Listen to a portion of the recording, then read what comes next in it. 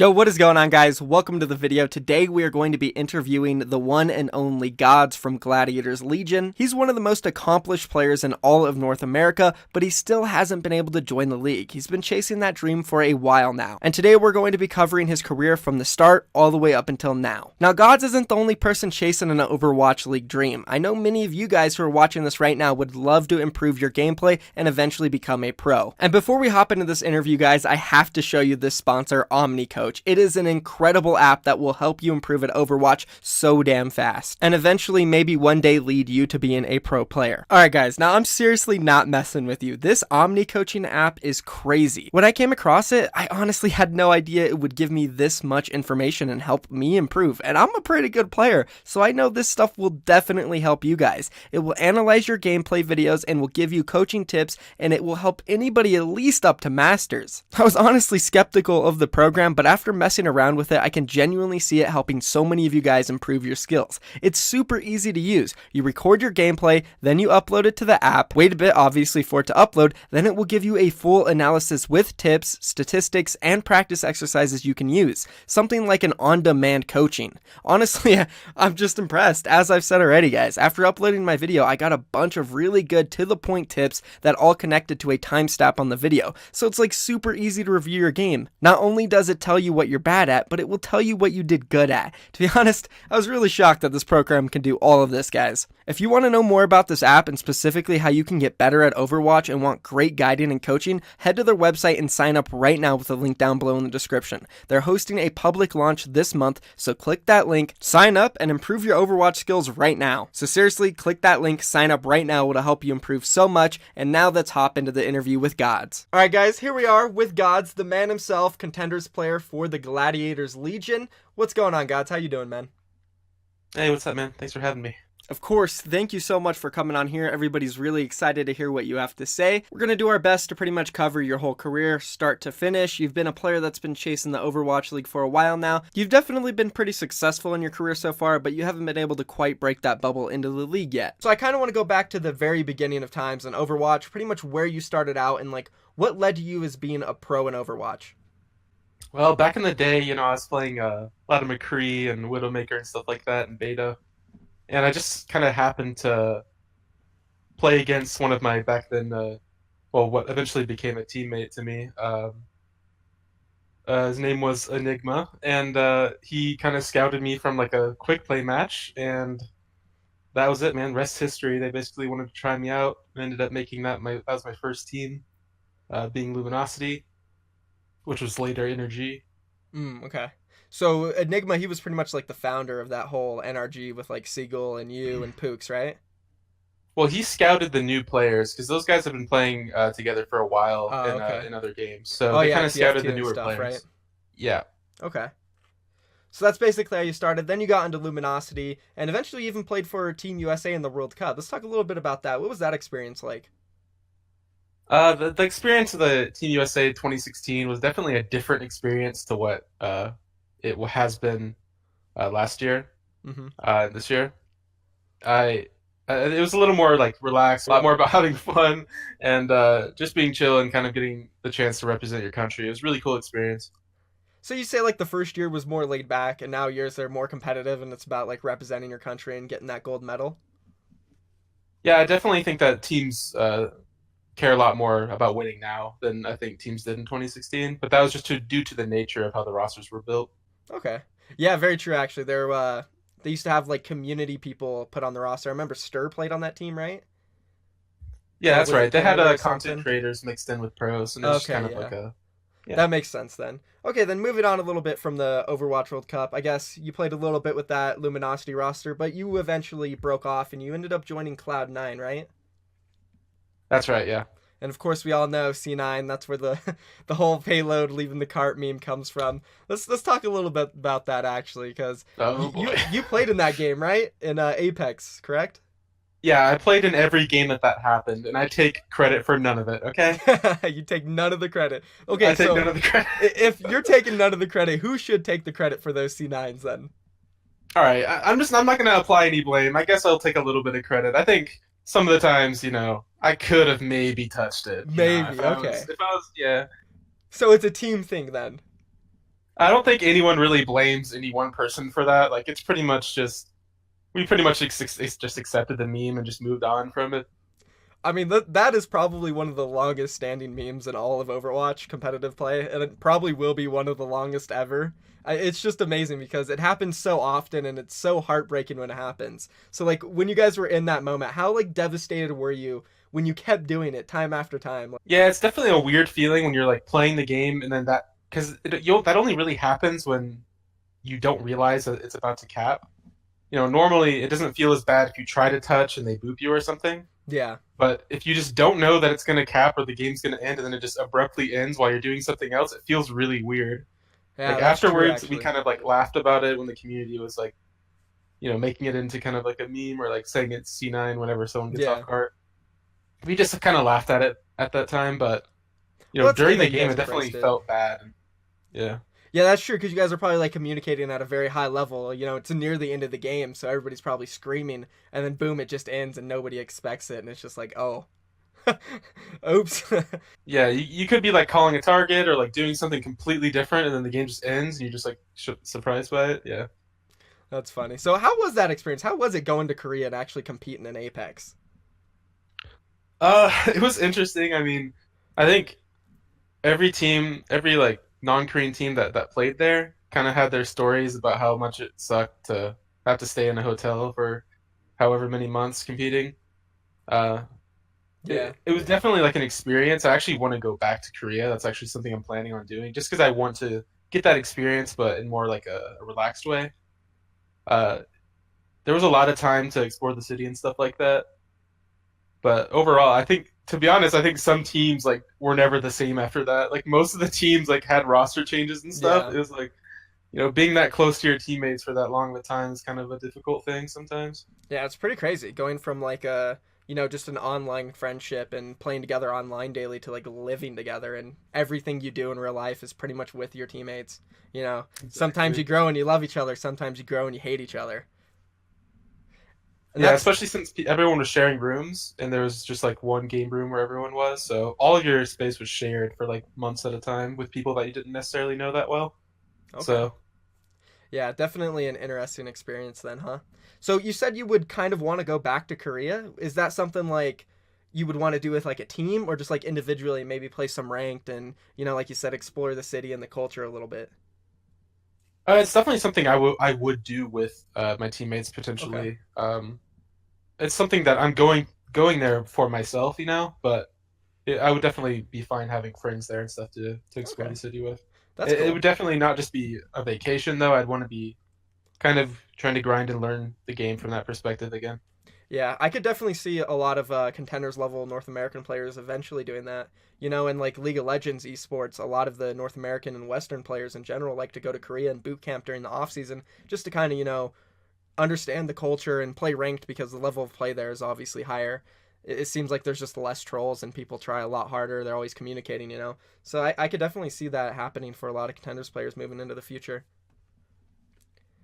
Yeah, hopefully they're kind of like figure out what the formula is, where we want to stay and stuff like that. Because it may just become a thing where people end up doing that during the off season, and Yeah. we can maybe get a system in place where people can hang out even if they didn't initially go there All right. with somebody. That would definitely be cool. So let's go ahead and move on now and get a little bit more closer to Overwatch League. Still pre, but we're talking like the trials area. So the first thing I wanted to discuss was, how did your trials go? Did you have a lot? Did you maybe get any offers? How did that all go for you? So for season one, Overwatch League. Yeah. Okay. Yeah, back then I was kind of all over the place with the heroes that I was playing and stuff Yeah. like that. Um, that's kind of why I mean at that time I didn't get a trial for Team USA either. It was around like similar times, and it was just because people had no idea what I played. Uh, and to be honest, as I was transitioning into off tank role, I wasn't performing that well. I mean, I was just really new to it, right? Mm-hmm. And so I didn't really at the time I was kind of surprised, like, man, I feel like I'm good enough. But looking back on it, I definitely wasn't. I mean, any opportunities that I didn't get back then was just because I wasn't good enough at the game. Okay. Uh, I genuinely believe that, and there's always got to be a reason for something. And if you just constantly don't believe it or don't look for that reason, then you're just never going to grow from it. So I try to just look back on that and reflect on it, like I just wasn't good enough at the time, and now it kind of helps me see my flaws now, moving forward past that. Yeah, I mean that's a great mindset to have, and that's a really good, advice to people who want to be up and coming players. You got to look at yourself and you got to reflect. You got to figure out what are the issues. Am I playing well? What can I fix? So that's really good that you have that mindset, and that is something also you mentioned. You were all over the place when it came to like playing different heroes and roles.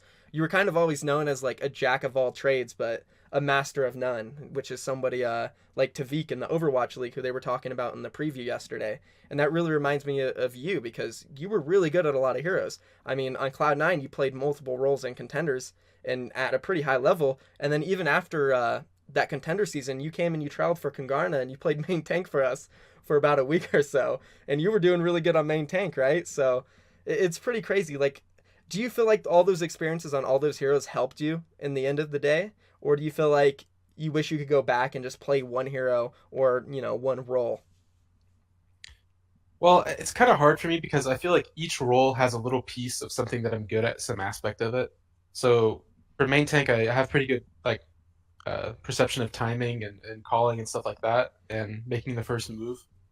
For DPS, it's kind of more just understanding the game as a whole. I wasn't great mechanically when I played DPS, so I kind of got all of my advantages from understanding the game and all those things.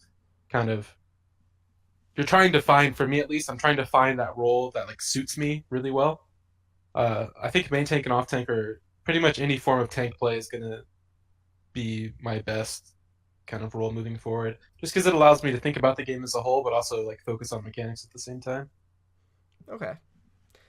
So it looks like you kind of defined your calling. So you're happy with the role you're playing now and you wouldn't really want to switch it up? I wouldn't necessarily say that. I think it kind of depends. If I hit a plateau or I hit a point where I feel like, man, I can't do what I want to do or I can't improve what I want to improve on, then at that point, maybe I would explore other options. I mean, I'm always open to playing any form of tank, so main tank, off tank, I'm pretty much comfortable with that. Okay. That's good to know. So I wanted to cover a little bit more about the Overwatch League trials in Season 1, because I know there was a lot of stories going around that the trials were mismanaged by the Overwatch League teams. Like, they were dragging players on for months, and they were not inviting proper players. Do you feel like it was mismanaged, and that might have affected you too?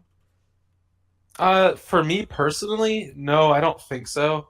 Just because I wasn't necessarily ready at the time. So even Yeah. if I had gotten every opportunity, I probably still wouldn't have made it. Opportunities that I didn't get, I can't really speak on, obviously. I Yeah. know that, that first season, you have organizations coming in, not really knowing what the landscape is like, not really knowing the people that they're hiring necessarily. So, you never know what they're going to get. And it's kind of hard for me to say who messed up where, but yeah, it wouldn't surprise me too much if there were some issues with that, just because the organizations didn't really know the people they were hiring Yeah. at the time. A little sloppy, right? Yeah. It's understandable.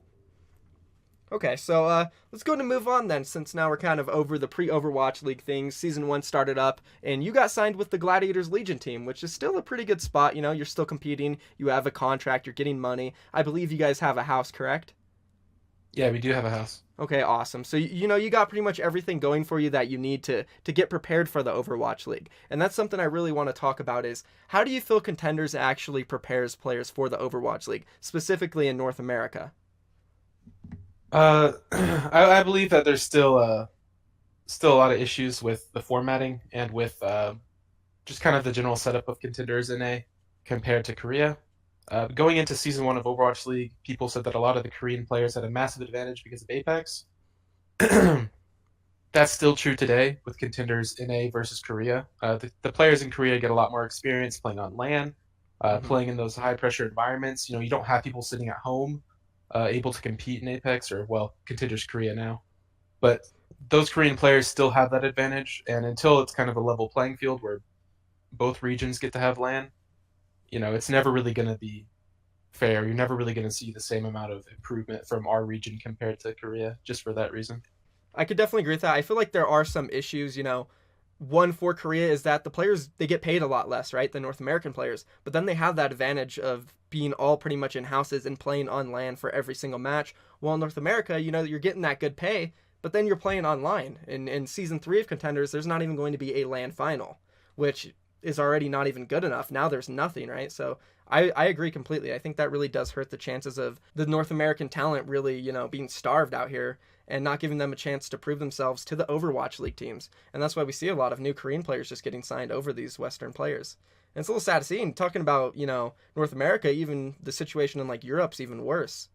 So I do think it's something that Blizzard could take a look at and help improve the contender scene. What do you think like they can do outside of LAN events? Do you think there's anything else they could work on? Yeah, I mean, as far as like underdeveloped regions, I think a lot of it comes down to just infrastructure. I mean, a lot of teams in like Europe and in South America, they don't really have very much infrastructure. There's not really very much money in it. Mm-hmm. And, for me personally, if I were able to like sacrifice some of my salary in order to have everything played on LAN, I would definitely do it. Unfortunately, that's not how it really works. But Yeah. to be honest, we need to have every region have infrastructure that allows people to be good at the game and to incentivize that. Because if there's not money in it, no one's really going to care, and people improve to earn that money. So, and people improve to like, achieve their goals, obviously. For me, I care more about being the best player and trying to get into OWL than I do about my Contenders paycheck, Yeah. So if there's a way that I could play Contenders Korea style, I would sacrifice a lot of my salary to do that. All right, so talking about Contenders a little bit more, and more specifically about you and your team, I know you guys haven't made too many changes overall since the very start of Season of 1 Contenders. You still have Rolf there on support with Poogs, you have you and Panker there on the tanks, and then your DPS players, those did change, which a lot of people were surprised seeing Corey, and so everybody's seeing, Blase, Corey moving on to the Overwatch League, when a lot of people actually expected Panker and you to move into the Overwatch League. So can you talk a little bit about that? How was it seeing a couple of your players leave while you kind of stayed there? To be honest, no hard feelings at all for those guys. Everyone's happy. Everyone that was on a team with them originally, we're all happy for them for their success. I think, yeah, it's pretty unfortunate. Me and Panker didn't really get opportunities together to play together as a duo. If there were a lot of options, we definitely would have gotten them. We were performing really well at the time, and we still are performing well as a duo. So, yeah, if we get those opportunities, we'll definitely be, I think, a top contender for those spots. But unfortunately, at the time, we didn't really get those opportunities. So, it is what it is. So you would like to trial with Panker and join an actual Overwatch League team with him? You feel like your synergy, your teamwork, your communication, it's all there? Yeah. Okay. Definitely. That's really cool. So individually then, did you get any offers or any trials during the offseason this time around? Yeah, I did, and obviously I'm not going to be too specific about it. I did get a few trials, not as many as I would have liked, but yeah, unfortunately, a lot of the teams just decided that I wasn't the right fit, so they either decided to go in a different direction or not get someone at all, and it's just kind of unfortunate for me, but moving forward, I'm sure they'll still keep me in mind because I think I did pretty well. So how does that make you feel? Are you more like remotivated? Are you ready to just grind it out again another contender season? Of course, there's the mid-season signing window. That's a good opportunity for players to get picked up. Yeah, for me, I just try to think like, what was the reason why I didn't get as many trials as I wanted? Was I not good enough? Did I need to work on maybe some intangible things within the team that I can, maybe bring more to the table? To be honest, I think it's just kind of part of it's a bit of luck, part of it's a bit of relationships and stuff like that. For me, I'm more just like focused on myself. If I don't get what I want from someone else, I kind of just keep moving forward from it. I'm not gonna sit here and cry that someone did give me a trial or whatever. I'm more just focused on moving forward because someone eventually will, and it'll pay off for them. So, okay, that's definitely the right mindset. So I guess now we can go ahead and move on a little bit about the Overwatch League. I know you follow it, of course. What's some of the most exciting things you've seen so far in the offseason? Well, I'd like to see how some of the players going from Contenders obviously will be performing in the Overwatch League. I think this is kind of the first time we're going to see that happen, and so I'm really excited to see what people say about it and stuff like that. Obviously, seeing all the new rosters and stuff like that is really cool too, because it's always nice to just have some fresh blood in there, even if they're players that played previously in the season or players that are well known. It's nice to have some fresh blood in there just to see how when you can see someone compete in a different environment, like maybe Korea Contenders or North American Contenders, and then see them go into OWL, it can maybe give some perspective on where everyone is actually at. It's kind of hard to tell how good the OWL teams are sometimes because they kind of exist in a bubble, Yeah. So like seeing a team like Vancouver picking up all of Runaway and then seeing how they compete against everybody, it'll really show like the level of Korea's talent, right? So that's definitely cool to see. I want to ask you, so you're a player, right? I'm sure you're not like a big fan of any other players. You have friends, obviously, but are you like a fan of any of the teams? Obviously, you play under the Gladiators, so maybe you're a fan of them. What do you say? Yeah, we're definitely. I'm always watching Gladiators and cheering for them. I got friends on that team, of course. So that's the primary team that I look to when I'm looking at like the standings and stuff like that. I'm not really a fan of any team in particular, though, as far as like me personally. Yeah, Because I'm pretty much. It's kind of weird to be a fan of someone when you're already like doing that similar yeah, thing. exactly. So yeah, that's pretty much all I got. All right, that's cool. So let's go ahead and move this interview into another direction. Let's say you come up with a topic and something you want to discuss with us and the viewers. We could talk a bit about the like the meta and the direction it's going on and stuff like that if you want to. Definitely. Let's go ahead and hop into that. I think that'd be a good idea too, because as you mentioned, you were somebody who brought up the comp, the Moats comp, I believe it is, Mountain Goats, right, with Winston instead of a Reinhardt. Can you go ahead and break that down for us a little bit then? Yeah, actually, our team calls it Toast Comp Toast because comp. yeah, Okay. because the entire principle of it is to just your brain is toast from playing so many goat style comps. Your brain's not working anymore, so it's toast. And when you play that comp, the other team's brains become toast because they don't know what to do against it. The entire idea was I kind of just mentioned it offhand, and one of the coaches actually agreed with it and said that he had a similar idea. So we kind of ended up just trying it, and it actually like instantly worked. Like the principle behind it has a lot to do with Winston Bubble and blocking off like the AOE auras and blocking off discords and stuff like that. So and being able to counter ultimates like Earth Shatter and stuff like that. Uh, so yeah, I mean, I think a lot of teams kind of initially saw the success, but not necessarily understanding why it was working. For me personally, I actually don't think the comp is that overpowered. I just think it works because we kind of have a general idea of what we're doing. Mm-hmm.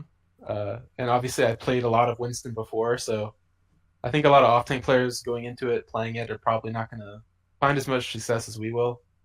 I think there's a lot of pressure on the Winston player in that style of comp, so Yeah, as you mentioned, like the bubble, you have to put it in the right place.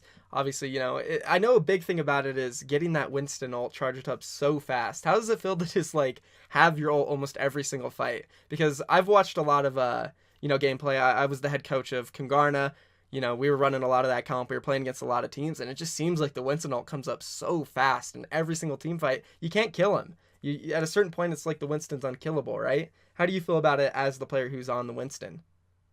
honestly, you just feel really free. Like the other team has a lot of like ground-based heroes. When you're playing those like, you're playing the Winston Reinhardt versus those solid goats compositions. The only person who can really contest you is a diva, and it's really easy to waste their time. So it's definitely just a lot of fun to play. So I've kind of been drawn more towards playing it recently. Um, but I'm just glad that we got to show off kind of something a little different in our match yesterday, and people can kind of see how the composition might actually find some success in the future. Yeah, definitely. And we'll probably be playing that footage while they're watching this video, so it'll give them a good idea of that. If you want to just like break down the overall comp, like who plays what and like kind of just a little mini role for everyone.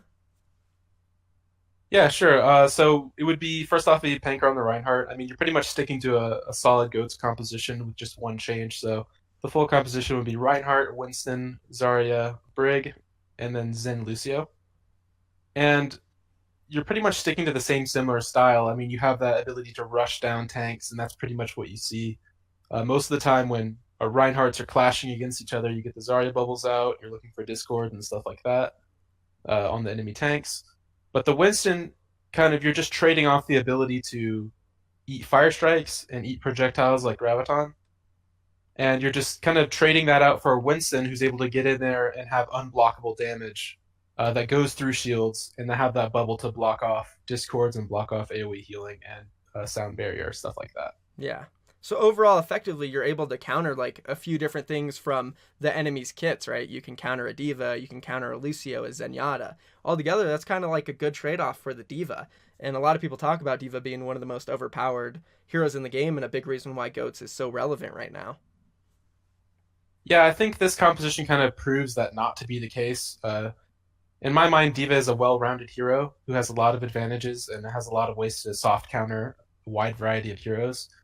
But once you kind of look at the composition and you can kind of realize if you can replace something in the comp, then that hero is not necessarily making the comp viable. If we can replace D.Va, then D.Va must not be making GOAT strong, or at least not making it the strongest it could be. Okay, that's very true. Then what hero would you say that possibly being replaced would make the comp a little weaker? I think Brig in general supports the idea of playing close together, obviously, with that AoE healing Mm-hmm. and that rally. She combos with pretty much everything else in that comp really well. She supports the entire roster. It's kind of a cop out to blame Brig for everything, but to be honest, she's supported that death ball style since her release with all kinds of different triple support comps. So I kind of have to blame Brig a little bit there. She's just too good. Okay, yeah, I think that's fair. I think a lot of people come to the I think that's You fair. get the same thing I do. Yeah, I think that's fair. A lot of people come to that conclusion, right? Brig, she's pretty strong. She has a lot of utilities that just combo with other heroes. So it makes sense why you would think she would be the bigger issue, and if she dropped out, the comp would be a little bit weaker. But I mean, I think that pretty much covers it for just GOATs and the meta in general. I mean, moving forward, what's your favorite meta? What would you like to see Blizzard do and bring back? Okay, so I have a lot to say about this. All right. People in general kind of don't. I feel like people don't realize when the meta is actually good. Like when it's actually balanced, people don't on Reddit and stuff like that in the community don't realize that it's really balanced in the moment.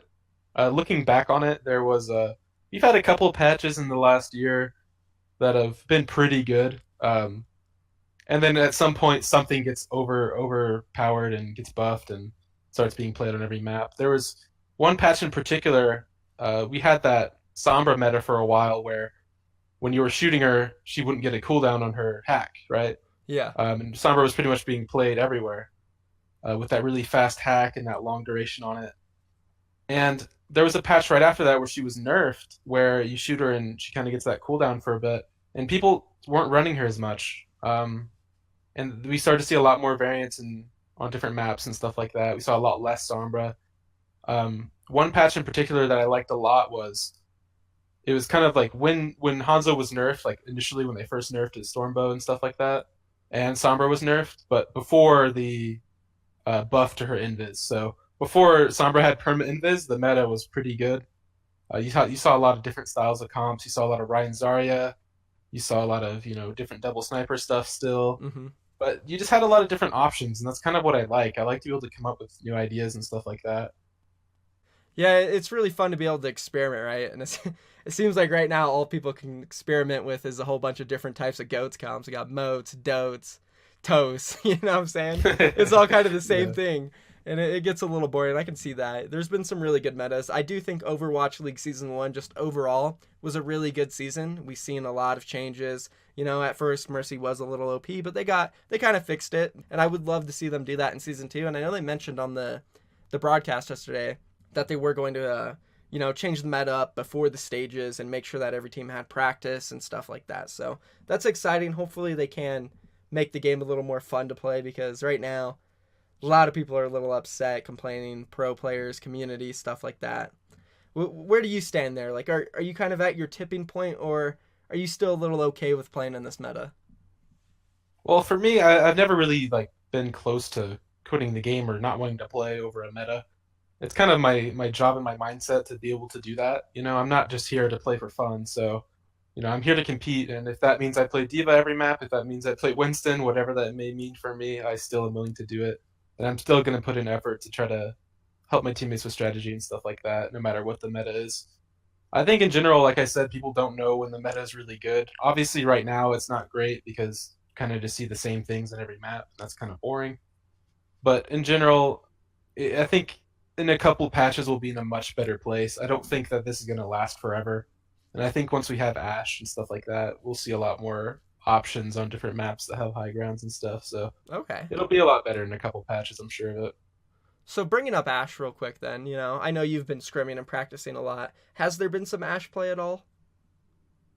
Very little. Just because we're not playing it in Contenders right now, so Yeah. we don't actually play with it enabled. We don't even play on that Oh, that's patch. right, huh? Okay. So right, yeah. So I've seen it just a very small amount weeks ago, but from what I've seen, it's kind of interesting. I think people are starting to get a lot better at it recently and ranked and stuff like that. So there's definitely like, to be honest, she's a bit overpowered. I don't think people realize how overpowered she is, but I think when we put her in like an organized team, she's actually going to be really, really strong. So we'll see what happens with that. Yeah, she definitely looks like a really exciting hero, you know. Somebody like Carpe who can just tear people up on it. That'll definitely be exciting. A lot of people are, you know, we're waiting for the Overwatch League to start. There's still Contenders, and it seems like Contenders doesn't get the love that it should from Blizzard or from the community. It's like you always see that Reddit thread talking about, oh, we need to support Contenders more. But then when you look at the viewership, it's like, well, not all you guys are showing up to watch the games, right? So I feel like if Blizzard does put a little more support into Contenders, it could grow a little bit. But Overwatch League is in a great spot, in my opinion, right now. What do you think about that? Well, I think in general, any esport kind of improves from the ground up. You know, it improves from the lowest level of competition, and that goes upwards. So if you support those open teams, you support contenders and stuff like that. That's how the community is going to grow. That's how the esports going to improve because you're going to get a lot more professional players and a lot higher level gameplay from that. I think again, incentivizing and getting money into the system and into the infrastructure is really important. And the community can help with that too, just by supporting it, right? Yeah, So definitely. showing Blizzard that we care about it, we want it to grow. I think it's a wise choice to really support the lower levels of competition and not just the Overwatch League, just because you have a lot of people that are equivalent in contenders that just aren't playing in Owl right now, and continuing to support new players coming in and stuff like that is really important as well. Yeah, definitely. So one thing I wanted to touch on before we get out of here is the changes coming up to Contenders, which we actually missed a little bit. How do you feel about the changes coming up for like season 4 and just next year in general? Without being too specific, I think it's just going to be a little different. I don't know that it's necessarily going to be better or worse. Like I said, I'd like to have LAN, especially for playoffs and stuff like that. But if that's not going to happen, I don't think it's going to be much better, much worse. So Just I slightly different. so they are adding like 8 more teams in North America. There's going to be like 2 divisions. I'm not really too sure how that's going to work out. It seems like an interesting idea. What do you think about that specific thing? If that happens, if that's the case, it'll just be a lot. I think it'll be good to have a lot more teams. To be honest with you, Yeah. it kind of can feel like you just see the same players over and over. Um, and obviously, getting a lot more organizations involved in contenders is a really good thing for Overwatch League in general. Mm-hmm. So if you see a lot more, for instance, like you said, if there were 8 more contenders teams, if those all 8 of those were academy teams for owl rosters, that's a really great thing too. That incentivizes people in open and stuff like that to improve at the game, and you get on those teams, and it incentivizes those organizations to care about contenders, which is really important. So I think that's probably a step in the right direction, especially if those are academy teams. Mm-hmm. Hopefully they are. I think a few of them will be, obviously, with, you know, Vancouver, Toronto, DC joining. Atlanta, they already got their academy team. So I feel like we'll get a few more. I don't know about all 8, but it'll definitely be exciting. Overwatch in general, I think it's heading into a great direction. You know, it has its hiccups here and there with the meta right now. You know, contenders might not be in the best format, but overall, I think, you know, Overwatch is a great esport. We have a good fan base, we have a good viewership. What do you want to say overall about that? To be honest, like Overwatch is one of the games that I see in the future of esports as being one of the titans. Like I see a lot of games around me in the environment that's like the only one that I really can compare it to is like that, like longevity wise and like the appeal of it is maybe League of Legends, right?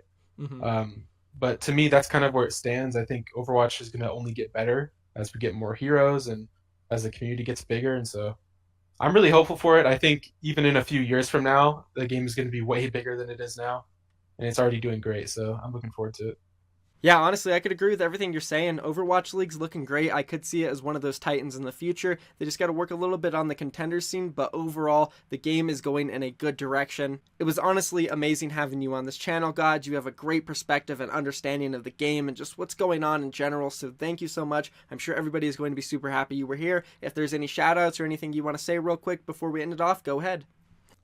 Just shout out to my team, man. Come watch us play. Thanks for having me on, man. Appreciate it. Of course, yeah. Gladiators Legion, boys. Go give them a follow on Twitter. Go follow Gods on Twitter. Thank you so much for coming on, and I guess that's going to be it.